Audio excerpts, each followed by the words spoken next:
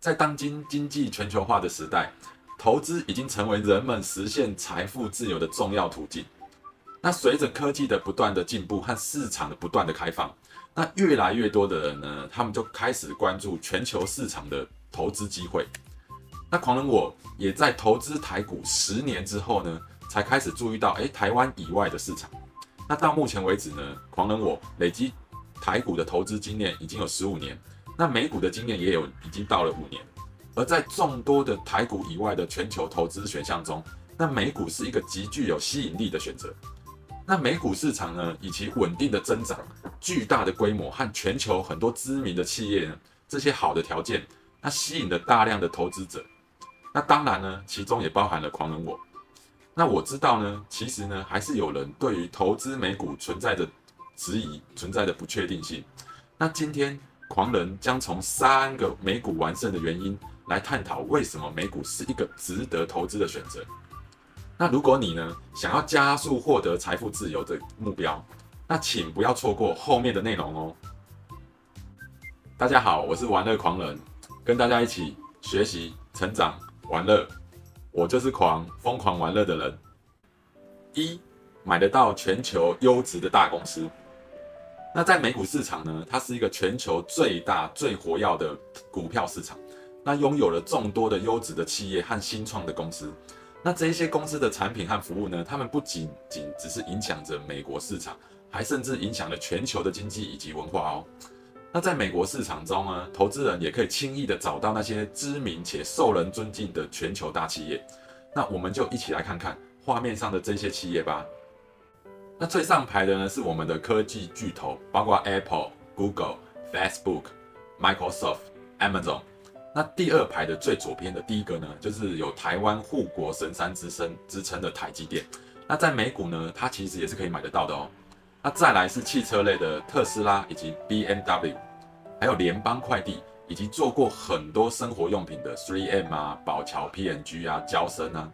那再往下一排走，就可以看到吃喝类，包括了可口可乐啊、百事可乐啊、肯德基、麦当劳、星巴克等等。在下面一点点呢，也有雀巢跟达美乐。那中间偏右一点点呢，有影视娱乐类，是 Disney 啊跟那个 Netflix。那左下角信用卡支付类呢，包含了 PayPal、Visa 跟 Mastercard。那右下角是服饰精品类哦，包含了 Coach、Hermes、LV、那 Nike 跟 Adidas。那我们也可以看到呢，订房网站 Booking 啊，以及航空公司西南航空公司。这些公司不都是我们耳熟能详且常用常看到的品牌吗？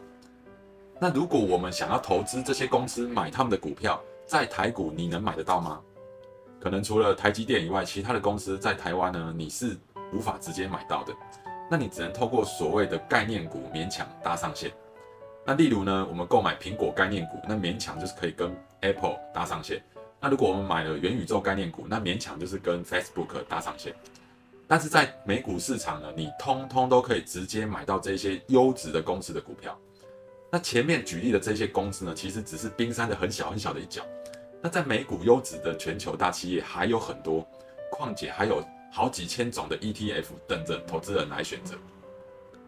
在美股可选择投资的公司呢，业务范围涵盖全球的各个领域。那每个领域的领头羊公司，他们都有稳定的增长和良好的财务状况。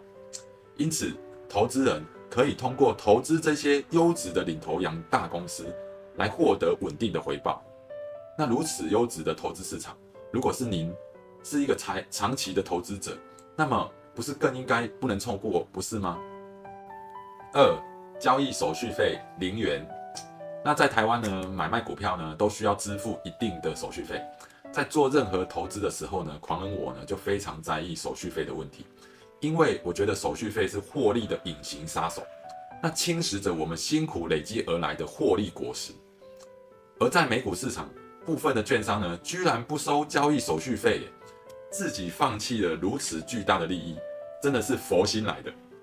那在画面上我们可以看到 First Trade 这家美国券商，它在官网上所提供的资料呢，可以看得很清楚。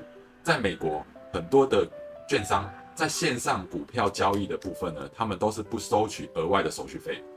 而在期权交易以及共同基金交易的部分呢，也有部分券商不收取手续费。而现在大多数的交易平台的操作界面呢，其实也都已经是非常友善，也很多都已经是支援中文界面，很容易上手。那因此，即使是没有太多投资经验的台湾人，你也可以依照步骤轻松的进入美股市场，享受这个高质量的交易服务。接下来呢，狂人针对台股跟美股的手续费和交易税呢，列出一个比较表，让大家可以一目了然两者之间的差异。那在表上我们可以看到呢，那台湾呢手续费呢给券商的部分呢，不论是你买卖股票或是买卖 ETF， 其实都要缴的。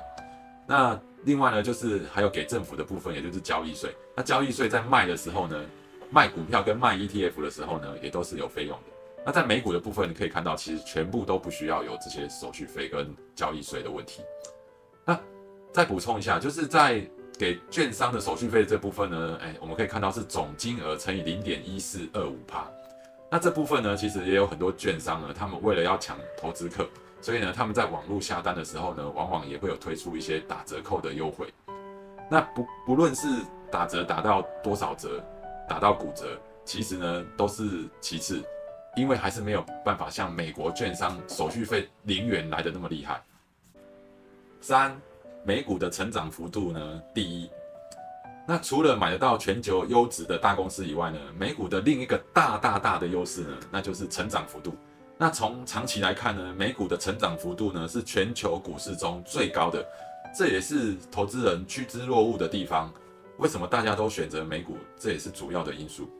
那接下来呢，狂人列举了4支 ETF 呢，分别代表着美股市场、台股市场，还有全球市场以及日本市场。那我们可以看到画面上有一张表，这就是这4支 ETF。那第一支呢，就是 SPDR 的标普500指数的 ETF， 它追踪着美国的前500大企业，所以它代表美股市场。那接下来第2支呢，是元大台湾50基金，也就是我们赫赫有名的0050，那它代表着台湾市场，因为它追踪台湾股市的前50大市值的个股。那接下来第3支呢是 Vanguard 的一个全球股市的 ETF， 那它代表着全球的整体的经济状况。那最后一支呢是 iShares 的 MSCI 日本的 ETF， 那它追踪着日本的股票，所以呢它代表着日本市场。那我们将呢这4支 ETF 呢放到雅虎 Finance 网站去做分析。那我们比较他们2008年到2023年这15年之间呢，那每一支的 ETF 的成长幅度，那我们可以从画面上一目了然了。那这很明显啊，成长幅度是美国股市市场大于台股市场，大于全球市场，大于日本市场。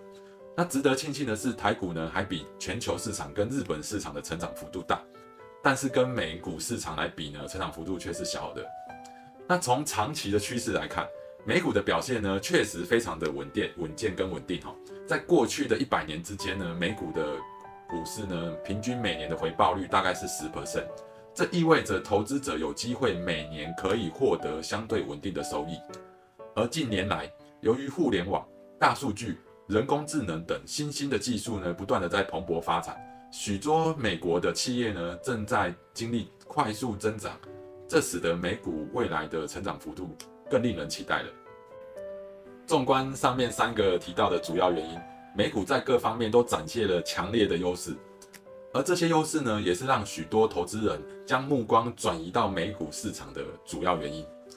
那不过呢，投资需要谨慎，市场风险呢，它始终是存在的，也需要考量到个人的投资风格、风险承受能力，还有时间以及资金等等的多方面的因素。那对投资人来说呢，相对于台股，美股的种类更丰富，涵盖更广泛。各个领域的产业也都是很完整，这也意味着投资人可以更好的去实现资产分配。